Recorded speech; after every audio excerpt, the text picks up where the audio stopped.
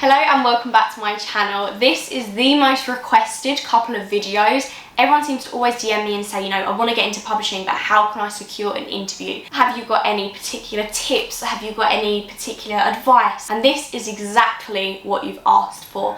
I have spent some time asking hiring managers what they say you need to secure an interview. So make sure you watch the whole of this video to find out how you can be successful.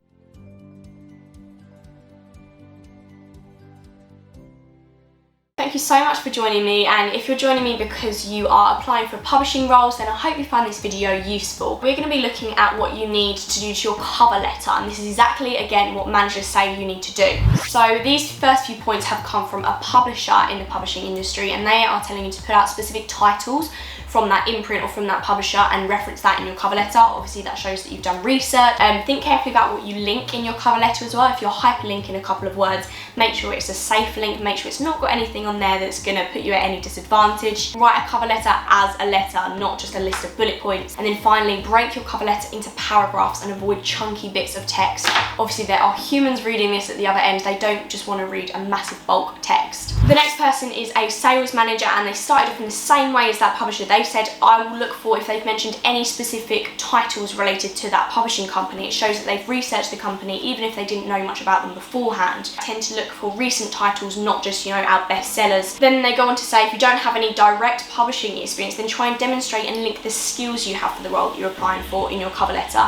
I.e., if you've worked in retail before and you're applying for a sales role, you could write a bit about how you've learned to deal with different types of customers and in different ways, such as in person, over the phone, email, etc. I'm really sorry, it's just started raining, so I really hope that the mic is going to kind of blend that rain out. Now, I did do a separate video on the skills that you need to work in publishing, and when people do DM me, say on Twitter, and ask for advice, I always say make sure you've watched that video and you can demonstrate that, because I think that's a general theme I'm seeing along here. Hiring managers don't expect you to have loads of publishing experience, especially for an entry-level role, but having the skills and actually proving that you have those skills, so giving examples, that is so important. So I will link that down below, the skills you need to work in publishing, so make sure you check that out afterwards. I'm not going to go into this one too much, but they're basically saying being passionate about books is obviously absolutely key if you want to work in publishing, but don't let this be the whole of your cover letter.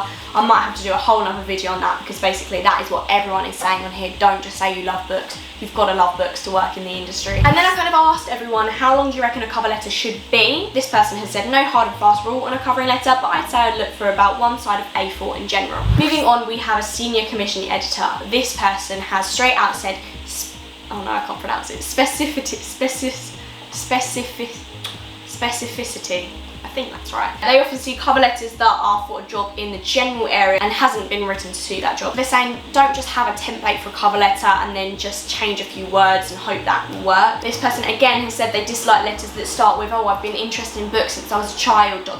This person has gone on to say there's also a current trend for adding personal information that is unnecessary. For example, I like to relax in a hot bath with a glass of wine and a good book. This is an actual real life example, they said. They said they don't want to know this and it's unprofessional. They look for professionalism, directness, proof of research into the role, and a company which is meaningful. A little bit different, this person who is a senior commission editor again said please also never send a headshot. They're getting quite common and should never form part of an application. This person said, be really specific to the essential criteria listed in the job description. So some entry-level positions get thousands of applications, so you as the candidate need to give the hiring manager a helping hand by using the terminology in the job description. This person has been really specific here and said a lot of people say I believe that and go on. It's a bugbear of mine. Firstly, I'm not asking about your belief system. Secondly, I believe that implies that other people may not believe it and you can be disproved by someone. Instead of saying I believe that I have excellent organisation skills, it's much more assertive and shows more confidence if you say I have excellent organisation skills which is evidenced by ...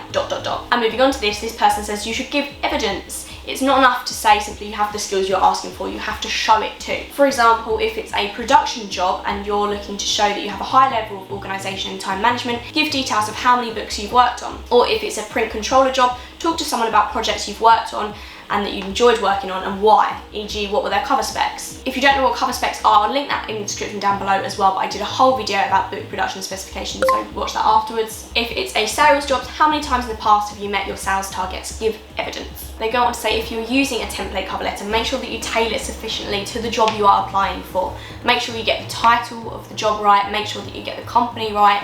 And talking time-wise, this person has said spend at least a couple of days on your cover letter. You need the time to write, edit and edit again, and then leave it for a couple of days before coming back to proofread. It's so frustrating when we get a cover letter where someone claims to be an excellent proofreader with a meticulous attention to detail, but they have, for instance, misspelled meticulous. And again, going back to how long should your cover letter be, try to keep it to 1 page if you can, but this is not a hard and fast rule. Now, everyone that I interview always says they love to fake it till they make it, but this person is saying don't claim to know about things that you don't know about, because you'll be asked about it in the interview. Moving on, we have a deputy head of a department, and they're saying that your cover letter needs to be tailored to the job you're applying for.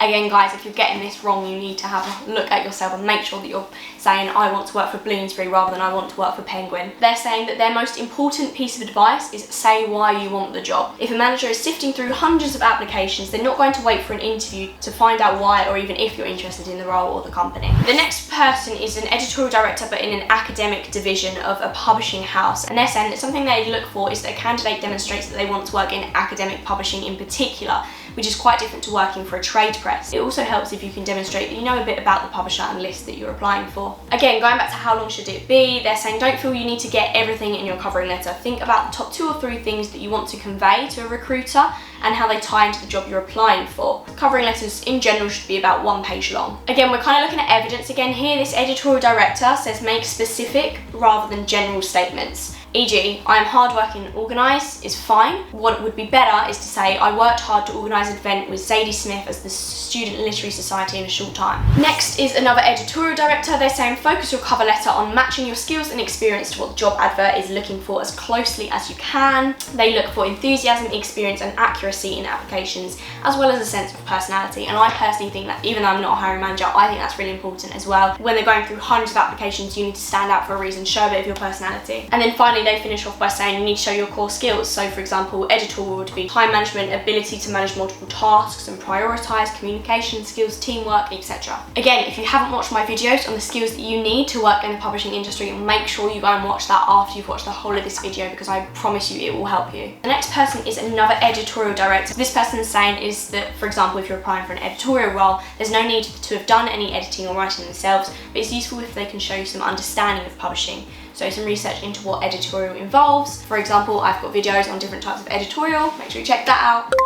They're saying that as a publisher, it's really important that grammar is used correctly, so use an online spell checker. And then finally, in terms of length, they're saying they actually quite like short cover letters, and they're easier to see what an applicant thinks is most important and is quicker to obviously read and assess. And they reiterate they could have a lot of applications, but in terms of numerical figures, they're saying about 1 page is enough. Next, we have a head of department, and this is working in rights. They're saying that they believe the cover letter should be about 1 page and concise. Stick to about 3 paragraphs. When there are a lot of applications, I want to be able to look through all of them quickly and make sure I haven't missed anyone before making a shortlist. Reading through dense letters makes this initial stage hard. Then we've got another head of department. They're saying presentation, so make it easily readable and structured, avoid overlong paragraphs of text, make formatting and style consistent. It should be no more than a page. Going back to the point of research, they're saying it's always worthwhile doing some research into the company that you're considering applying for, but don't labour the point in your application. You don't need to tell them about information that they already know. Then this is a really interesting point about language. They say you're writing an application on an academic essay. Use language you would normally use. You don't have to make it sound scholarly. Cut out the henceforth and thus, etc. please. And they kind of like summarise by saying keep it concise and to the point, highlight where you meet the requirements for the role. As well as looking for errors when you read through, think to yourself,